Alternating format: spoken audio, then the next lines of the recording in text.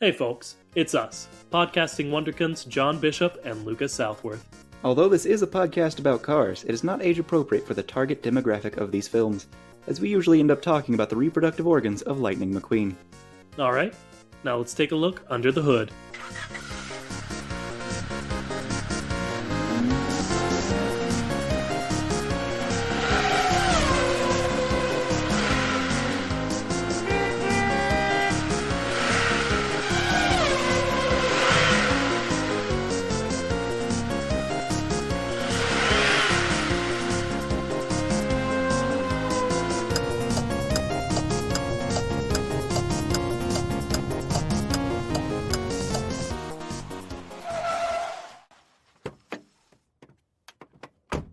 Hello and welcome to the Kachat, the only podcast brave enough to watch what I can only assume is the strangest movie about specifically vampire motorcycles. I'm John Bishop. Yeah, it's also the only podcast brave enough to ask the question, hey, what's up with cars? I'm Lucas Southworth, but I'm more interested in, hey, what's up with the 1990 flick, I Bought a Vampire Motorcycle. Mm-hmm. And for those of you who don't know, haven't watched it, or haven't even heard of it, I gotta imagine it's all of you. yeah. It's a movie. We can start off with that much. It's our Halloween spooktacular. We usually try to bring that up at the beginning. I think we're both pretty shaken by the movie we watched last night. Mm-hmm. Yep. So sorry if we don't bring the fun Halloween spooky vibes, but we did watch a movie called I Bought a Vampire Motorcycle not even 12 hours ago, more than 12 hours ago, but it's a lot. It's a lot, and it's also somehow not very much. Yeah, I'll agree deeply with that. And I'll say right at the beginning, I don't know if you all actually ever watch any of the weird movies and shows we watch for this. Right at the beginning of this, if you like so bad they're good movies, as I do, I would sort of recommend this one. It's fun, but just know it is deeply gross, deeply gory, deeply horny, I would say, and maybe worst of all, deeply British, which is not something I knew going in. And it's a very specific kind of British. Yeah, it's we're not talking about RP, received pronunciation, that sort of highbrow British. We're talking the common people of 1990s Britain. And again, I didn't know it was British when I turned it on. And never before have I wished so much a movie had closed captioning available, because my version did not.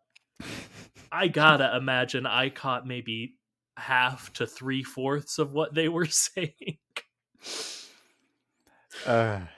Yeah, I can see that. And if you're wondering what the culture we're aiming for to try and describe to you is, if you have seen the Kingsman movies, the family that Eggsy comes from, like the boyfriend of his mother, him and his friends, those are the good guys in this movie. If you can call them that, yeah. The hero of our story is not a character that I think anyone would think of as a good guy, even if he is the good guy. He's certainly the protagonist. I would never call our protagonist Naughty a good person. But okay, we're putting the cart ahead of the horse here. This is a podcast about cars. This is our mini series. We do origin stories, and even within that, it's our little mini series where we look at a horror movie or a horrific thing each Halloween. That's what we did this time. We're going to connect it to the Cars universe, but we're also just going to tell you what happens in this strange little flick. And if you're wondering what happens in this strange little flick, the title does a good amount of the work for you. Yeah, one thing I thought I appreciated a lot about this movie right at the top is it doesn't make you wait around very long. Like, it opens Okay, we're just into the plot description. That is this section now. Okay. The movie opens, and there is a group of Satanists, occultists, Mm-hmm. some devil demon worshipping people who are trying to summon some devil or demon, Mm-hmm. and it's going great. But then a biker gang rolls up, And wielding. Go ahead. here's the trouble with this. Yeah, It almost frames it as if this biker gang, it almost frames it as if this biker gang are vampire hunter heroes, that's kind of what I thought at first. which is very, very far from the truth. Yeah, they're all wielding medieval weaponry. The leader has a crossbow, and the second in command has a hand axe. Mm-hmm. Uh, A, and a chopper, if you will. yes, it's very good. It's a good pun. And just immediately, without establishing, hey, who's this biker gang? Who are these occultists? What's going on? The biker gang just absolutely massacres, decimates, murders every one of the Satanists. And again, you would be forgiven for thinking, oh, this is a group of people trying to prevent demons or something. But no, I'm pretty sure they're just a murderous gang of of motorcyclists who are like, these people are out here and maybe are Satanists. Let's just kill them. Let's kill all of them for fun. And they do. Yeah. Uh, from what I understand, they killed that entire group of people with no consequences that were like legal. Uh, they killed them all because they were on their turf, which they weren't because they don't return to that turf. And also, they were just some Satanists trying to summon a devil. Yep. And let me tell you, the summoning does work. Mm-hmm. We see and I'm not going to harp too much on the effect of this little demon. It was again a incredibly low budget film from 1990, which, as a quick tangent, I could have, if you had asked me before I looked it up, I would have sworn mid 70s for this movie. But no, and it first inhabits one of the summoners, and then pretty immediately goes into the motorcycle. I don't know why it didn't just go into the motorcycle to begin with, but whatever. And bada Okay. bing, bada boom, we got a vampire motorcycle on our hands, folks. And if you're wondering how does it go into one and then the other, well, Me too. the man he goes to his motorcycle, which no longer has petrol, which is a gas for you Americans out there. Right off the bat, we're going to be doing a lot of bad British impersonations through this episode. I can feel it. We both enjoy doing them. It's going to happen. Sorry if you're from across the pond, as it were. But they're also going to be loud each time because I can't do an impression or impersonation without becoming louder. I don't And know that's why. for any of them. Yes. English, Shrek, anything. Yeah. Go ahead, John.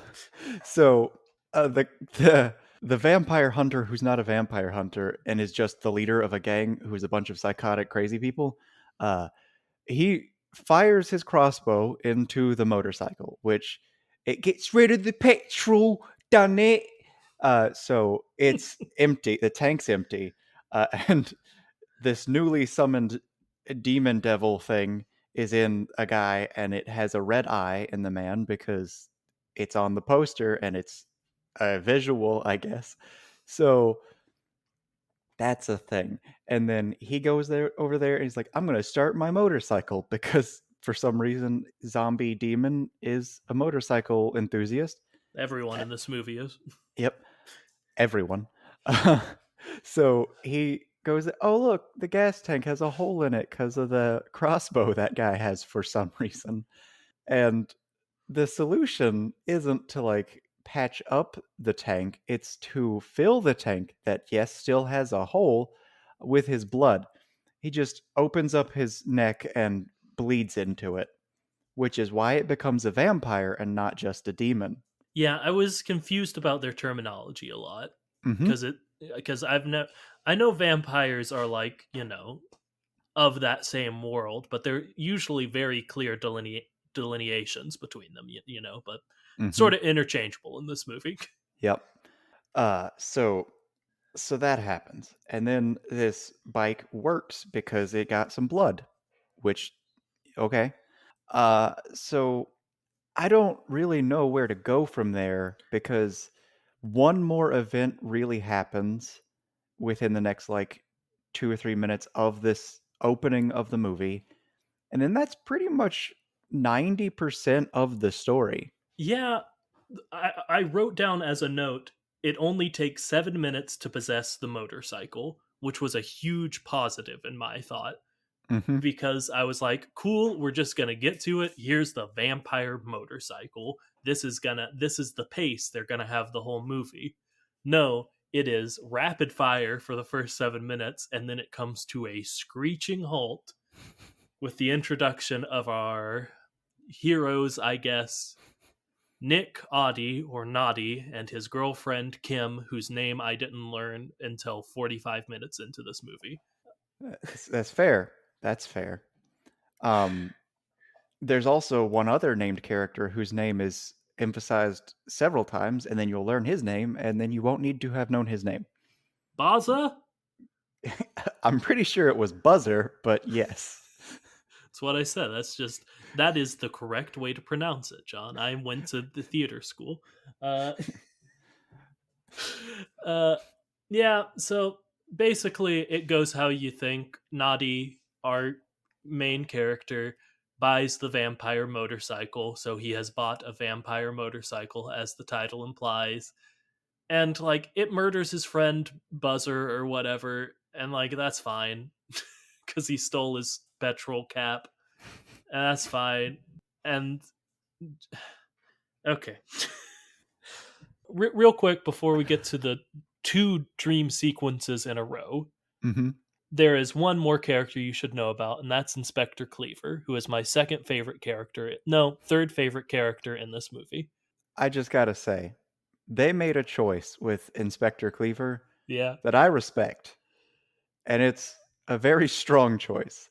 And they gave him a theme song. Yes, he has his own little, maybe even a light motif, Hmm. if you want, that plays every time. It's incredibly silly, which is great. It's like got Pink Panther vibes almost. It's definitely like reminiscent of, oh, this is a slapstick comedy moment or character, and it's constant.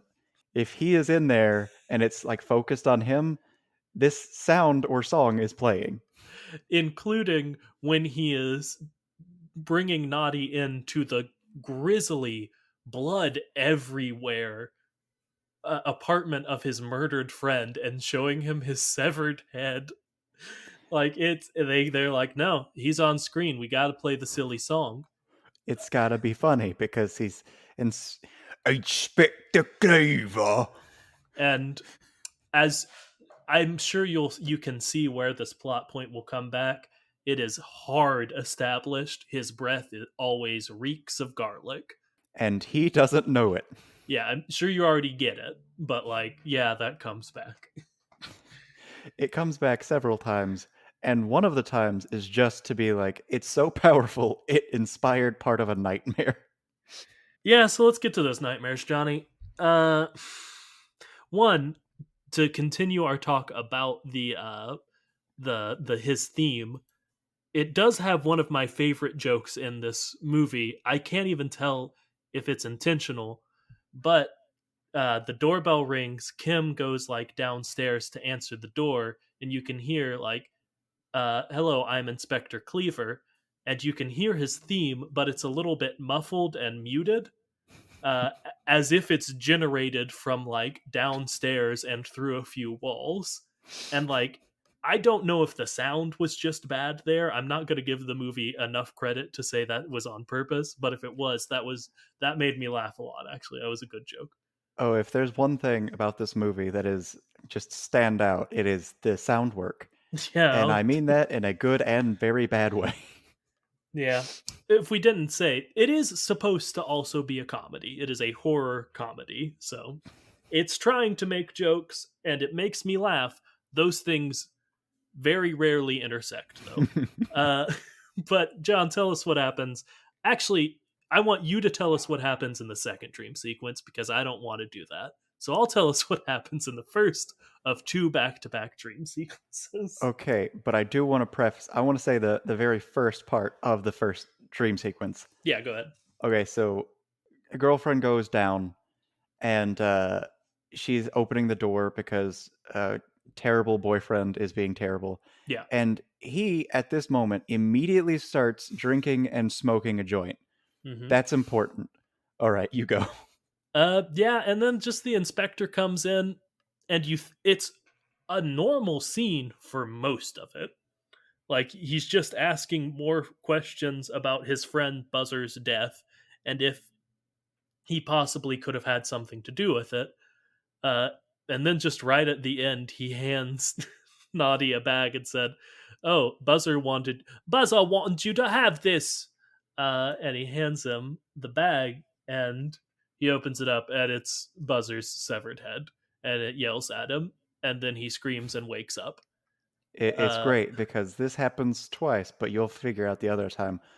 It looks at him in the bag and it says, "Hello, Noddy," and that's it. yeah, it's not it's a lot. It's a lot. It almost seems like when he starts smoking that joint, that's when it becomes a dream Immediately. because his girlfriend says, "Oh, you're gonna be great company tonight," and then he starts smoking, and then everything goes off the rails. First, it's like, "Oh, well, the inspector just barges into your house, and you're just trying to hide the fact that you've been smoking weed," and then your girlfriend is very upset about how this man reeks of garlic, and this man makes a point to be like, "I don't smell anything," and that's it. Okay, and so then of course, "Hello, Noddy," and the man wakes up screaming Mhm. and sweating like crazy. He is just covered in sweat. And then the second uh, dream begins.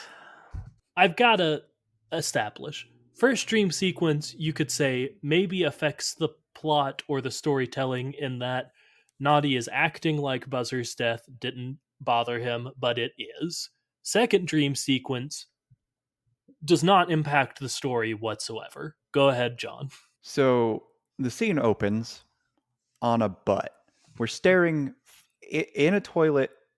We're looking at a butt. It's Yeah, just a butt that is either just about to or has just pooped. So that's something. I don't like that, but some people might think it's funny. Uh, and then the poop, the poop is Buzzer, and it's yeah, the same. It's the same thing. It's the same dream of, oh, it's Buzzer's head in a container of some sort, and sure. it says, "Hello, Noddy," and he looks into the toilet, and the poop face is there, and that's disgusting and terrible, and they make you look at the poop for a bit, and While, I would that's say. bad. Yeah, And then yeah, the poop flies out of the toilet and into Noddy's mouth. yeah, And for the next good bit, we're just staring at this man, maybe trying to pull the poop out of his mouth, but you can tell it's one of those things where he's like biting down on whatever the prop is, yeah. and he's just like pulling on something he's biting on so it won't go anywhere. And he's just got poop in his mouth for a very long amount of time. Maybe not as long as I think it was because I'm just very upset about it, but it's still far too long. Boy, it sure felt like a long time. Mm-hmm. And I don't want to spend a whole lot of time on the talking poop, but I'll just repeat what I told John before we started recording, which is I'm not the most squeamish person in the world. Like, it kind of takes a decent amount to gross me out to the point where I can't, like, interact. I can't engage with something. This got there. I fully had to turn away and not engage with this little scene. until it stopped, which again felt like it was 20 minutes long. Yeah, yeah. Yeah. And it wasn't. It wasn't 20 minutes long, so we'll give them that. Yeah, they There they was showed some restraint there, I guess. there was an amount of restraint. So that happened. And that's terrible. And then he wakes up and guess what? He's still super sweaty, but this time he's got his blankets or sheets stuffed in his mouth and he's chewing on them for some reason. Okay, so that's that's just about the most upset I was watching this film. Yeah. And it was, if that was the worst moment in the movie is early in it. So once you Hmm. get past that, it's all uphill from there, baby. So we rushed into it and we skipped some bits. And something we need to point out is we said we described this man as not being a good guy, even if he's the protagonist. And one strong reasoning behind that is this man, his only friend, as far as I can tell, has been brutally murdered and decapitated, and he saw him after he had been just eviscerated. And the next day, maybe the same day even, he's just working on his motorcycle and he's fine. He is perfectly fine and he's being a dick about it to his girlfriend. He also grabs his girlfriend's boobs from behind and is just the horniest man alive. Also, the bike. Would you agree with this statement? The bike Is also seems horny. horny. The bike is horny for Kim. Mhm. Okay, Yeah, the bike is very horny. the bike's horny for Kim, which is not great, but it doesn't actually play that much into the plot somehow. The mouth and eyes and probably a thousand other things of this creature, the headlight, Yeah, and it spends a while of just like, I'm gonna show you the point of view of this thing as it's looking at things, and a good amount of that point of view is, oh, I'm looking at this woman's hind end. Haha, yeah, nice. pretty cool. Love it. Uh, but after the dream sequence, he goes out for a ride on his bike. Yeah, the motorcycle, don't worry, is in the movie. It's not just talking poop. And he passes by the motorcycle gang that randomly murdered all the Satanists. And the bike takes control and is like, I don't like those guys, and just sort of goes through them and causes them to crash. So this is his first hint that something's wrong with his bike. So yeah, that's very important. Yeah. The importance is he slights the gang of, Yes. I don't know what to call them. They're clearly murderous. They're Mm-hmm. clearly psychotic. Yeah, They're a biker gang. They're a lot of things. they are. They got a Like lot of stuff. I don't. Okay, the murder boys. Let's just call them the murder boys. Love that. Okay, so he slights the murder boys by riding dangerously, and then one of them falls off, and that's important. I guess it's not. Just know the murder boys don't like Naughty. And the bike doesn't like the murder boys because the Oh, murder boys shot him once before he was hit. yeah. So we go to Buzzer's funeral. Only thing I'll mention about that is there's a gag where they can't afford a hearse, or no, Buzzer wouldn't be Be caught caught dead dead in a in one of hearse. those. Yep. Uh, and so he's just, the coffin's just in a motorcycle sidecar. Again, I Hmm. kind of liked that gag. Uh, but the rest of that scene is irrelevant. And then we're in a bar later. They go to the bar. They just go to the bar, Why and did they go to the bar? they There's no wanted to. reason. They just Yeah. go to the bar and they go to establishments and places to eat like for the Oh, next 30 minutes. they sure do. And, oops, the murder boys show up, and they realize, hey, you're the guy from that motorcycle who messed us up. And there's a big bar fight, which I gotta say includes maybe the worst sword fighting I've ever seen put to film. What? The word? Yeah, it's pretty bad. And then every once in a while, it'll cut to Kim doing like front flips and cartwheels and kicking these guys. And I'm like, oh, Kim's doing great. And then it'll cut back to Naughty and the lead murder boy very slowly and carefully swinging swords at each other. And I'm like, I mean, come on. We have an interesting combat, but this isn't it. So, yeah, they go to this place and then they order some stuff. The murder boys show up. They're all angry because they recognize the motorcycle, which is weird. And the first thing that they do when they get in there is fire a crossbow, which is the primary weapon of the leader of the murder boys. And the bartender says, I told you not to bring that in here. Don't cause any trouble, which is what he knows they're going to do, and is immediately what they do. Also, he fires it on the counter right in front of Noddy, and Noddy barely reacts. He Like, looks down at his nearly lost finger because it's like touching his hand, and he's like, oh, weird. Well, I guess I'm gonna go now and not pay you. I'll just take my drinks and go. Sure. See, that's he was handing him money. The crossbow bolt is right above his hand immediately, and then he just stops handing the guy the money, and it's like understood. Oh, I'm in your establishment, and a man just fired a crossbow at my hand. I'm no longer paying you. I mean, I get it. Yeah, yeah. But yeah, there's the big bar fight, and all the while, Vampire Motorcycle is out messing up the bikers' bikes, the murder boys' bikes. hmm Uh, And only like a few of them for some reason. yeah, which leads us to my second favorite character in this film. I'm going to call him Chopper. He is like very clearly the second in command of the murder boys, and he has a hand axe. And man, does this actor know exactly what movie he's in? Because he just hams it up in a way that I actually really enjoyed, especially through his death scene, and how he like runs straight at the camera and screams into it.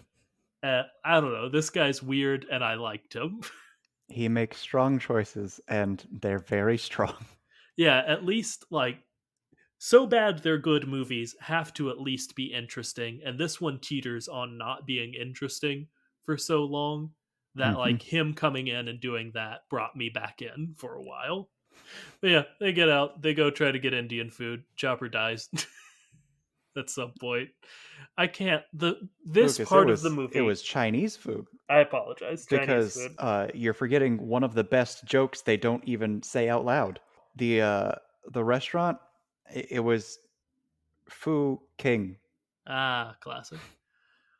Classic, classic. I gotta say, the section of the movie we're about to go into, from like here to where they introduce the priest character, like the whole movie is edited and paced weird. This little section, I can't even remember what happens.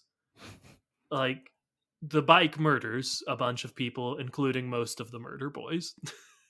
Yeah, yeah. And I think like we can go into more detail if you want, John, but like that's kind of what happens.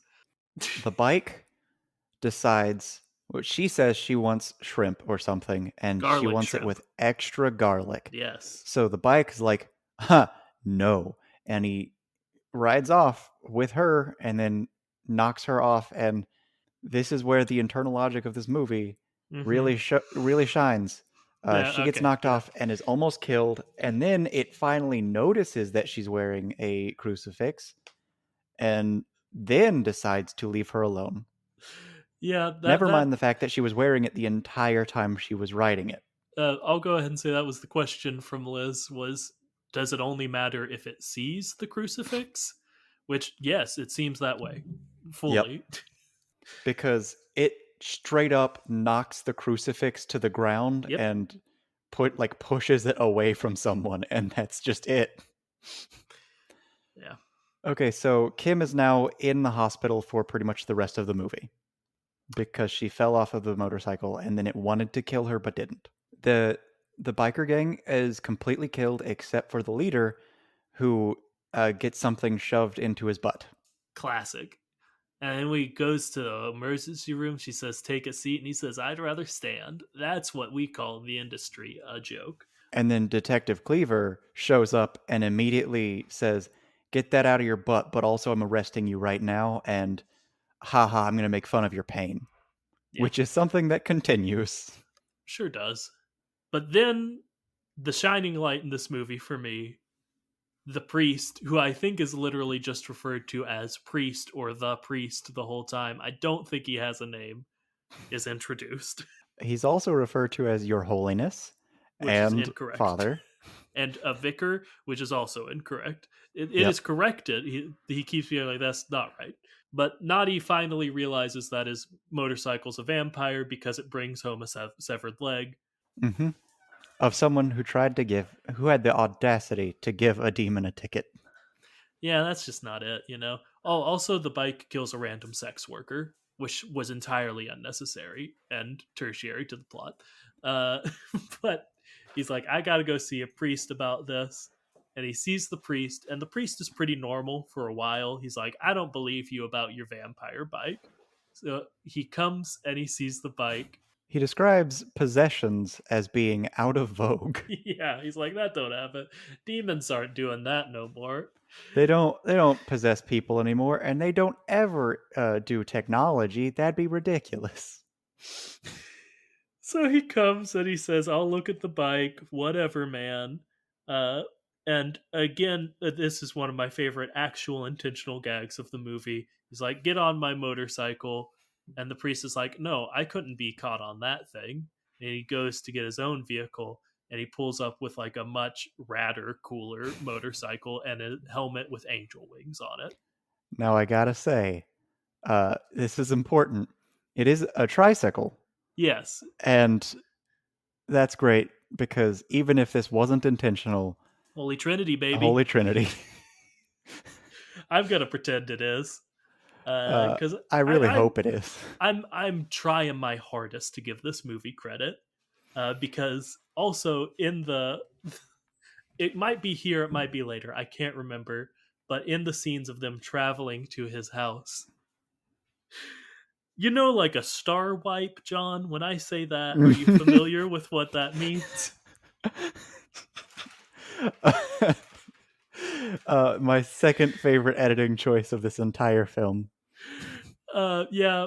So if you're not a star wipe, or let's start with a wipe. A wipe is just like a transition from scene to scene where you see some sort of like part of the scene move in a line or a circle out to the next scene.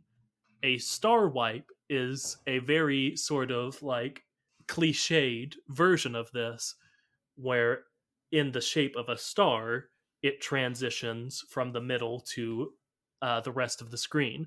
This movie doesn't have star wipes. This movie has crucifix wipes, which is Hmm. the most absolutely balls to the walls incredible choice I've ever seen. Yeah, and it's not even just, oh, you can kind of tell. No, it's an outlined cross that they use. Yes. It's a very bold outline too. It's supposed to be seen, supposed to be noticed. Yeah, it's incredible. It's maybe my favorite moment of the film was those crucifix wipes. Uh, but he doesn't believe him. He tries to move the bike into the sunlight to prove it's not a vampire, but bike don't want to do that. So it cuts off his fingers with the brake. Mhm. He's like, oh, and then our priest goes from being a normalish priest who likes motorcycles to being the most insane character ever created. He starts just spouting off information about, oh, this is how you deal with possessions and vampires and everything about this. And also, there are levels of demons, and I've studied this extensively. And here is the hierarchy of hell, and I'm going to describe to you everything you could possibly want to know. And here is my litany of weapons, and also, I was trained in combat. It's absolutely incredible. I don't know if you agree that the priest is the bright shining light of this movie, but he sure is for me. I don't know. I don't know. It's this movie's just so much. It's so No, much. it doesn't make it a good movie, but he is whenever he was on screen was when I was having the most fun in this movie at the very very least. I can see that. Yeah. John mentioned weaponry. Hmm. He John, you know Chekhov's gun? Mm-hmm. Where if a gun is introduced in the first act, it's got to go off in the third act. If Well, what if said gun is akin to the holy hand grenade, but instead it's a holy ninja star, and it's introduced in the second to third act? it's introduced in the last 20-30 minutes of the movie, but then what if Chekhov's gun disappears from the movie entirely? What if they spend a minute introducing Crucifix Shuriken? Which is able to go straight through stone with absolutely no hesitation, and shows that this man should be extremely capable of combat. And is also like sick as hell. Like, I want every vampire hunter in every media from now on to have Crucifix Shuriken, but then it's completely dropped. It is not brought up again. Not only What? is that dropped, him being combat capable is not a thing. There are several people who proceed to attack the motorcycle, and he's not one of them. Yeah. So, to wrap this sucker up, like, again, the last bit of it is just like 10 to 15 minutes of them trying and failing to demolish this beast until it finally sort of works. We can touch on specific moments within that as much as you want. When the priest became Jesus, that was weird, right? I did forget about that. It gets pretty sacrilegious for a minute. Uh They even use the Holy Trinity and sacrilege that quite a bit, very effectively. yeah, it's pretty. I didn't mind.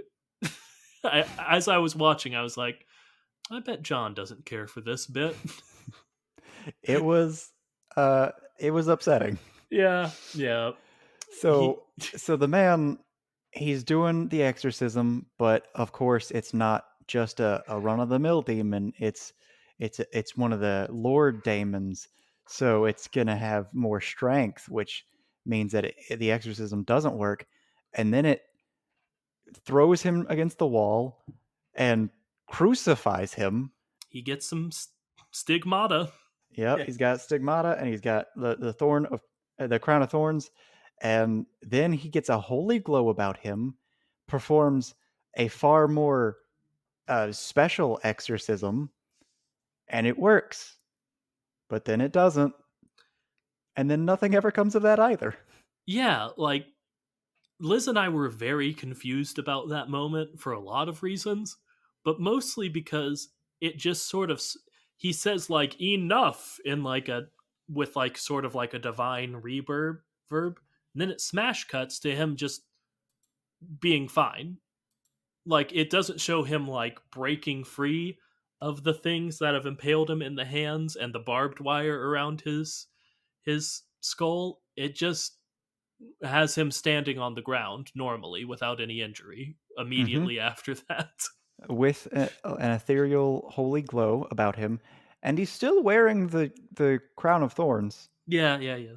For a while, it Yep. disappears at some point.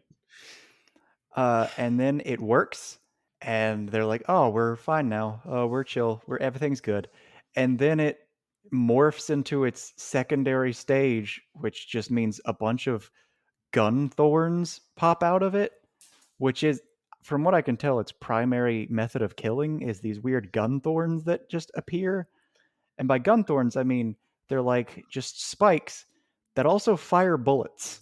Yeah, and I will say one thing I will give this movie: the final design of Full Demon Bike is kind of sick. Hmm. I was kind of pretty into that. Especially, I really liked the shattered glass headlight as its teeth and mouth. That was like a cool design. It was, man, for some reason I was so much more disappointed when I saw like it from the back or from the seat, like, "Oh, this looks amazing." And then from the front, the like horns kind of look a little dopey. Yeah, like it's Uh not perfect, but like it's not, but they it's did still a pretty great. they did a pretty decent job making a scary demon bike. Hmm. And I don't know why it didn't have this cool design for most of the movie, but it didn't. Like it goes to the hospital, tries to get Kim, cuts a woman in half, which And vampires for the like first time. Yeah, it fully like sticks out two random metal straws from somewhere. And if you're wondering, what do you mean by straws? They're straws. They're They're metal straws. 100% that's what they are, and just it stabs her in the neck, Mm-hmm. uh, Yeah. and sucks her blood. And Mm-hmm. I was like, oh, cool, it's a vampire.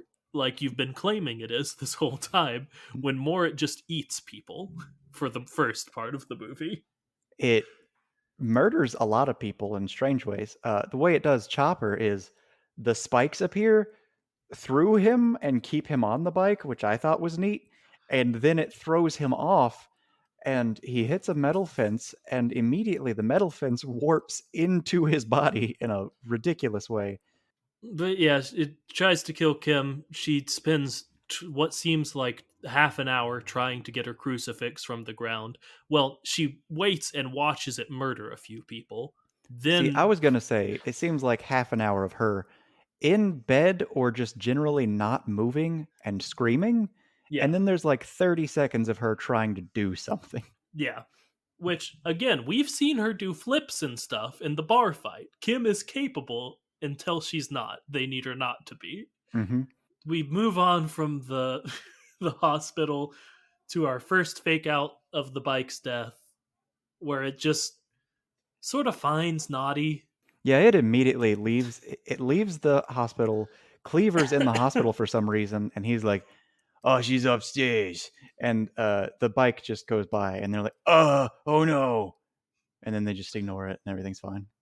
And then it immediately finds Naughty. He's having a smoke on a bridge after fleeing from the murder bike. He's apparently just like, I need a smoke, calm my nerves, I guess. Uh, they have a little fight, tussle, and he throws it into a river and immediately is like, this has done the job. I have finished killing the motorcycle that has a demon in it.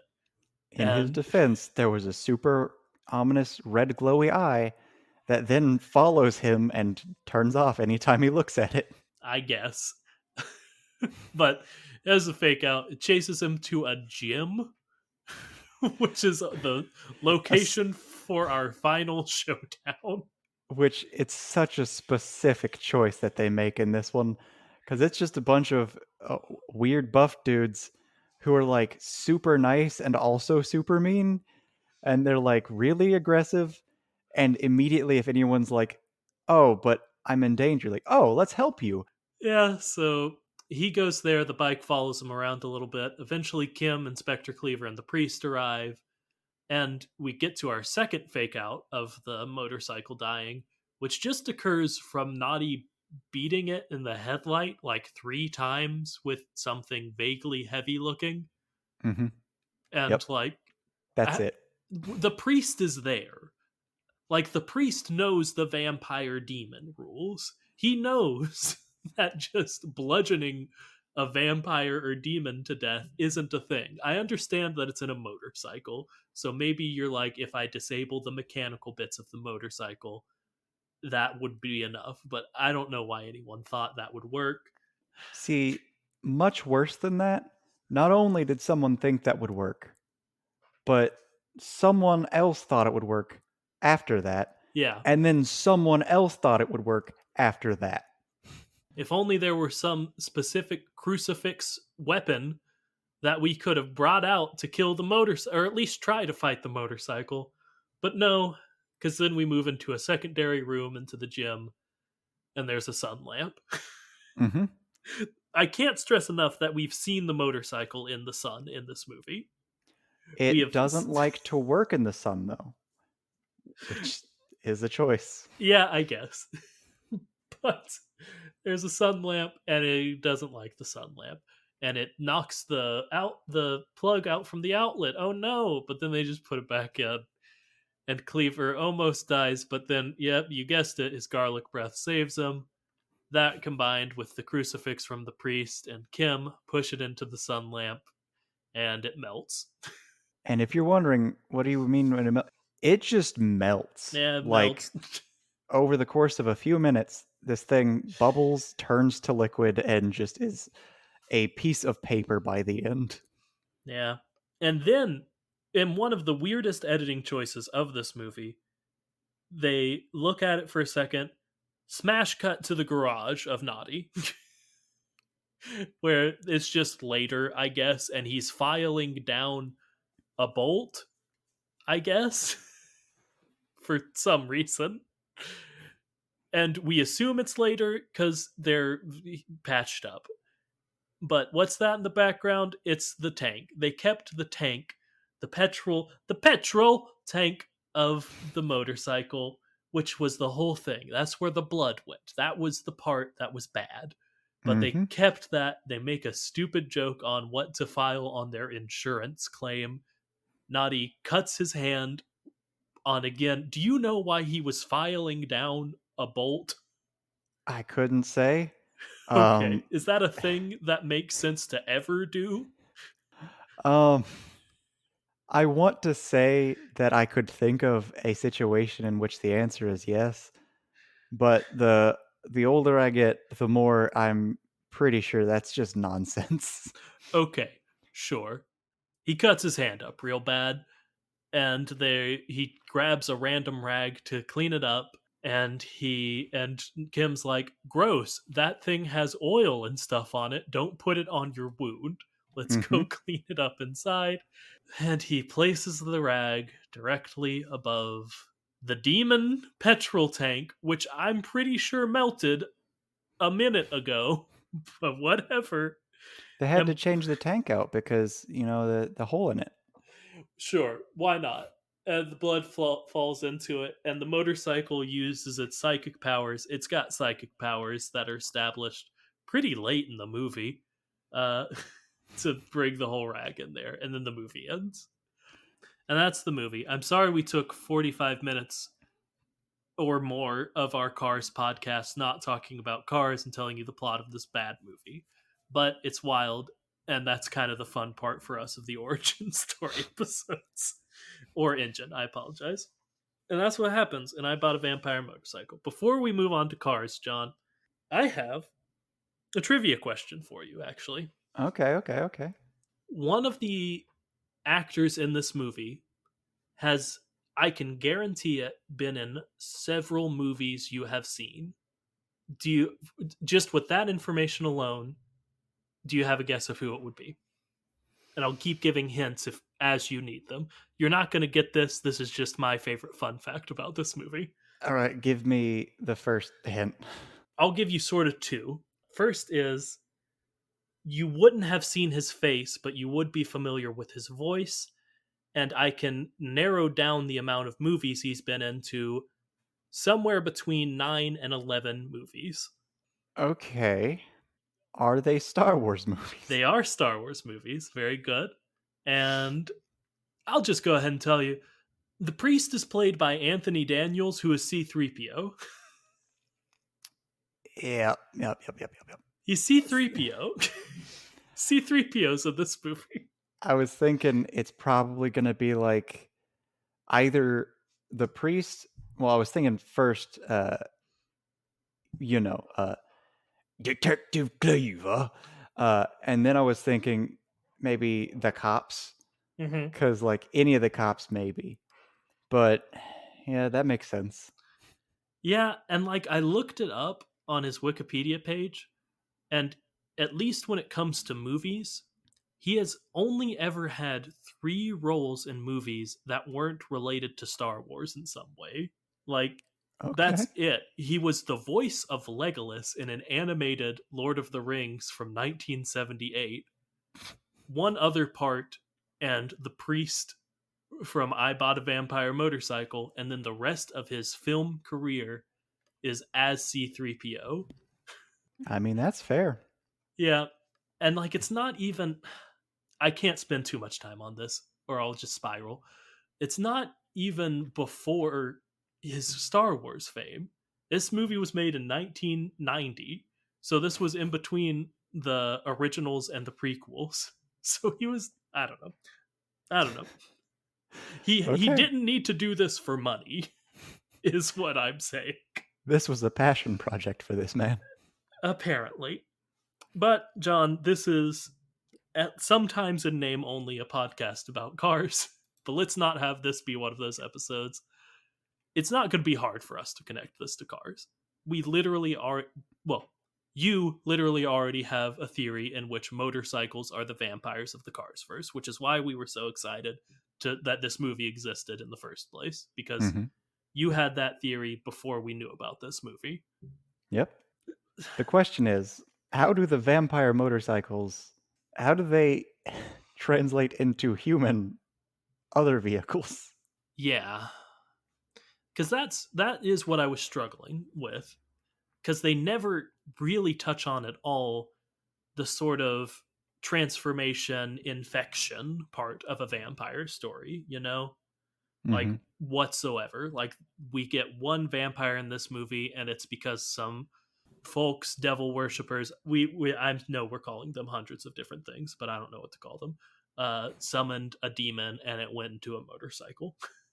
But So, if I had to guess, there has to be an equalization. If you have a demon in a motorcycle, that means there needs to be a vehicle that has an angel in it. well, we've already been there. Car from Supernatural, baby. Car from Supernatural, Angel Baby. So Angel Baby comes down to like save the other vehicles. And I think the fact that this vehicle was able to be possessed by a demon shows that vehicles in general are approaching the ability to be sentient creatures. So somehow this will lead into the idea of things being able to be creatures similar to humans.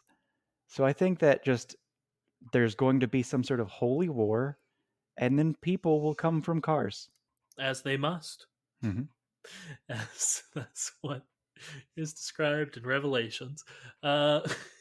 But there are two tiny, tiny scenes in this movie that we didn't really touch on that I think give us some evidence for maybe transmission of the vampiric gene or whatever it's called. One is, and I couldn't tell if they were implying vampiric thrall in this scene or not, but there is a scene, and it's right after we see the bike is real horny for Kim, in which she's like, "Now I don't want to go on the ride on that bike right now, please. I'm gonna do other stuff." Spot And on. yes, and then Naughty goes is like, "Yeah, fine. I'm gonna go find my helmet or whatever." And she looks at the bike, and there's some like sort of weird sound effects, and she seems almost drawn to it, and she like almost sensually runs her hand along it and gets on it. And Naughty comes back and is like, "Oh, you change your mind then, love?" And she almost seems like she like shakes out of it and is like, no, I don't want to come." So that kind of again implies that sort of vampiric thrall that I remember us talking about in a recent episode, how vampires can bring people under their hypnotic influence. Lucas, Yeah. I am happy that you did not go where I believe this movie wanted you to go. Okay, sure. Earlier on in the film, one of them made a horny joke about, ha ha, you want to just sit on the thing for a bit? Because it was at motorcycles, uh, when they're on, that you're really close to that engine, which means you get a strong vibration. And the joke is that I'm pretty sure she was horny for the motorcycle. See, I I agree with you that I don't trust this movie enough not to have that be what they're implying. But again, there were a sound effect or two that made it seem supernatural, at least. Like, Okay. even if she was horny for the motorcycle, this is a weird podcast we do. I think it was because of some of the motorcycle's vampiric demonic powers. Okay. And well, there is another example, of course, of vampiric thrall, and it's not a person this time. Yeah, I think I know exactly what you're going for. This was my other scene. Go for it. And that is when the priest who, at this point, I don't know if we said it, lost his fingers because Hmm. he tried to move the motorcycle into the sunlight. When he's traveling back with Naughty, he has to ride with Naughty, and the motorcycle just dies when the demon motorcycle decides, I don't want them to get here in time.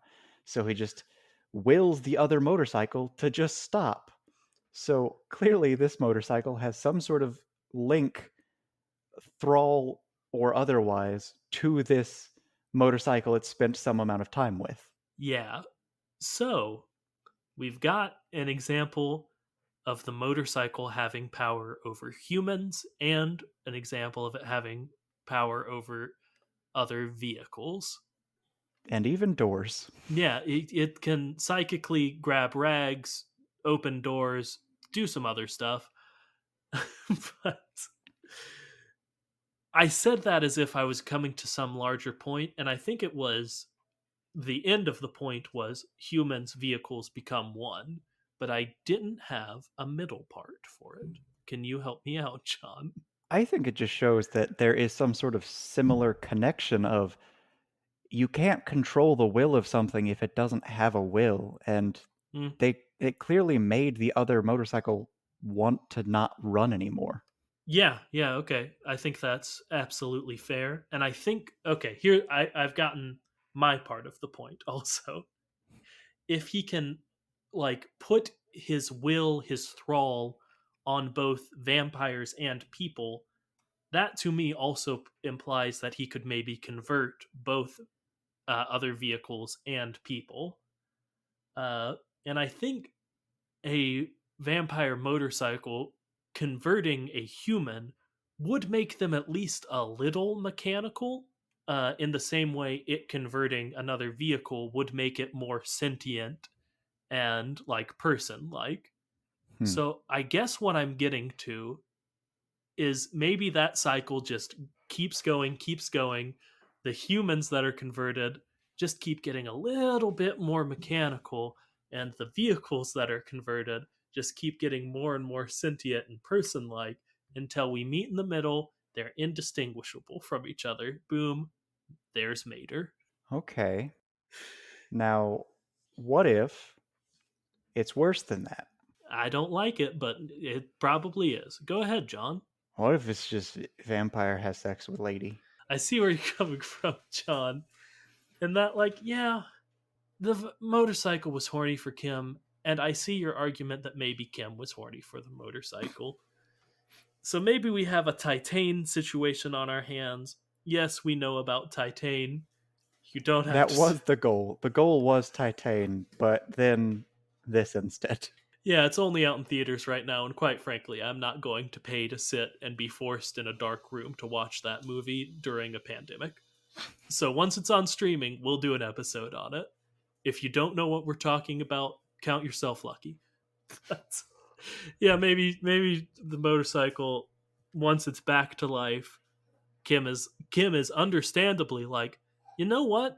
Naughty sucks.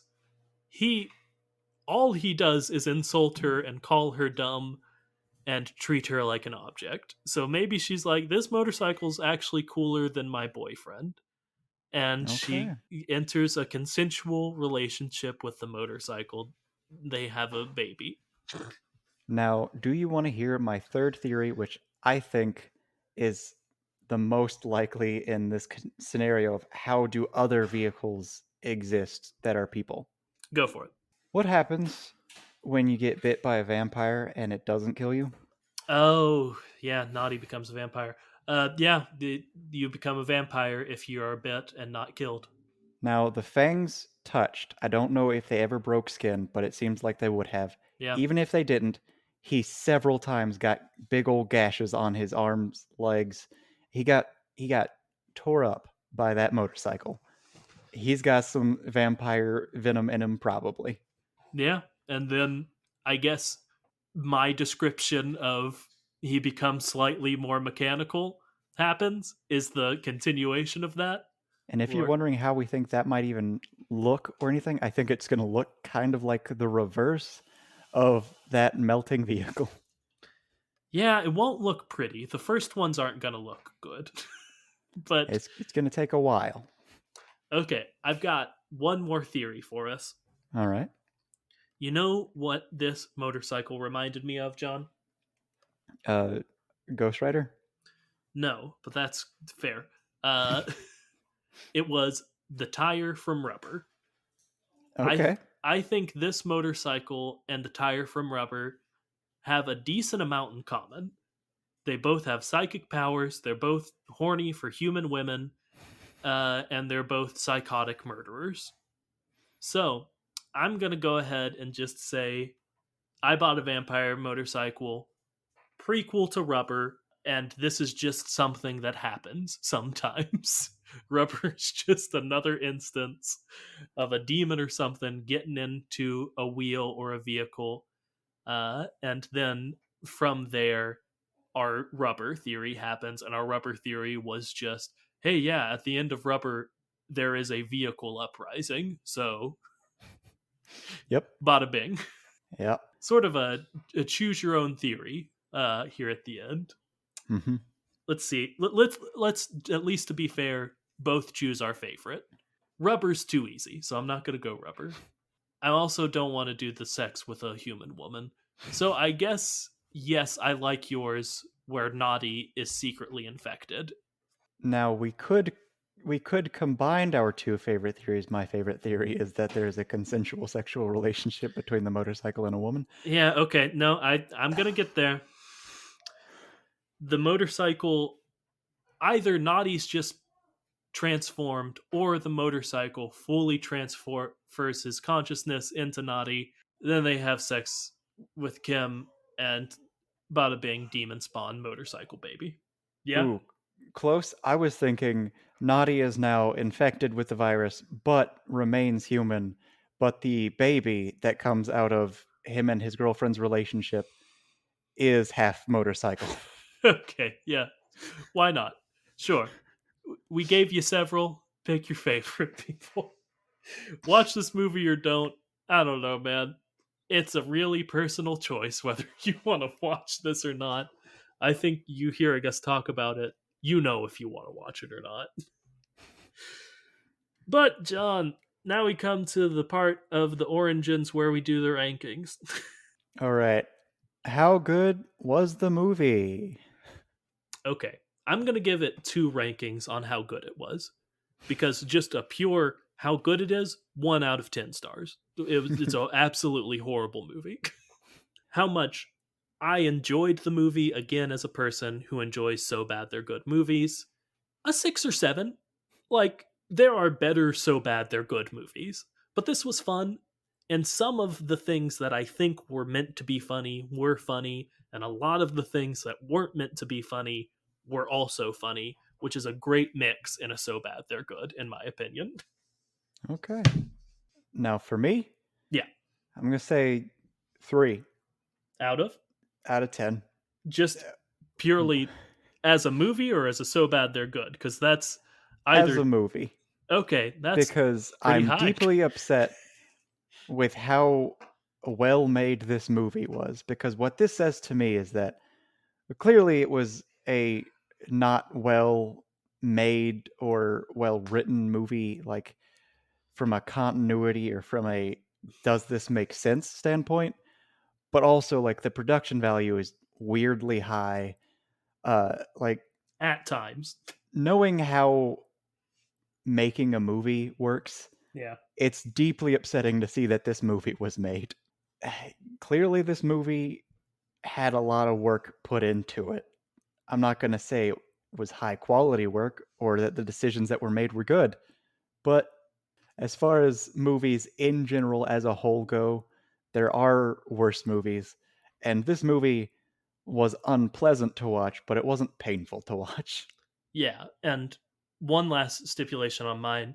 Again, the first half is a bit of a chore. The second half I had fun watching. Like genuinely enjoyed watching it even though it was horrible. Again, Anthony Daniels Priest, shining star for me.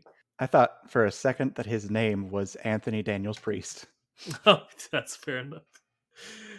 Now we get into how fun we thought our theory was. Do we want to do how fun or how likely first? I guess let's go with how fun. Yeah. So this has nothing to do with how good of a job we did, just how much fun we had talking about specifically the theory. And that's for Mhm. me where this one loses some points. Because I had genuinely a lot of fun watching this movie and then talking about it with my buddy John here.